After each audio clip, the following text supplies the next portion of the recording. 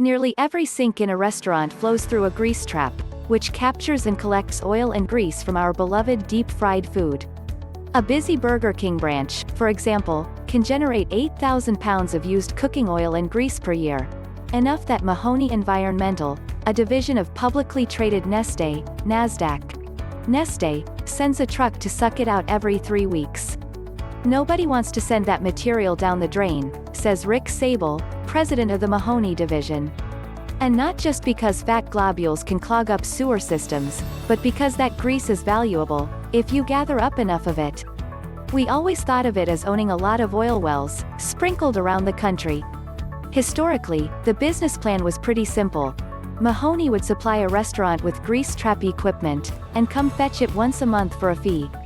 Used to be that waste fat and grease was made into cattle feed or pet food. Increasingly, it's becoming food for trucks. A year ago Helsinki, Finland-based Neste, $12 billion in 2020 revenues, acquired Mahoney in order to monopolize its supply of grease, which it now exports from the US to specialized refineries in Finland, Rotterdam and Singapore.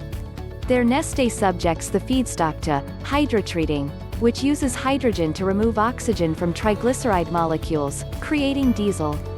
Neste then ships some of this renewable diesel back to the US, where it fetches a $1 per gallon federal blending tax credit. With 1 billion gallon per year of production, Neste is the world's biggest maker of renewable diesel. And it's been at it since long before the carbon transition was a sure thing. The biodiesel revolution got underway in the mid-2000s. When oil prices spiked to $147 a barrel in mid-2008, even musician Willie Nelson launched Bio Willie, which like so many marginal biodiesel makers went belly up when oil prices fell. In the US a strong agriculture lobby supported diesel made from soy and rapeseed oils. While in Southeast Asia palm oil became the preferred feedstock. Palm oil was thought to be the big biofuel savior, says Jeremy Baines, president of Neste North America.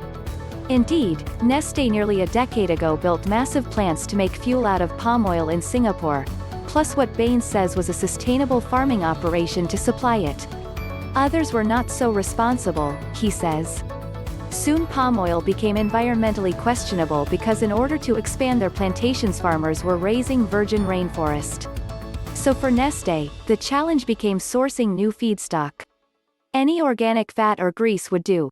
Cooking oil, fish fat, corn oil, rapeseed, even tallow. In 2018 they bought Dutch animal fat trader Demeter. Then a year ago Neste bought Mahoney, a family-owned company since 1953. They started off selling grease into pet food and glycerin markets. Mahoney grew by buying up smaller operations, and have 40% of the market in Illinois, and 8% nationwide. Neste's purchase price was undisclosed.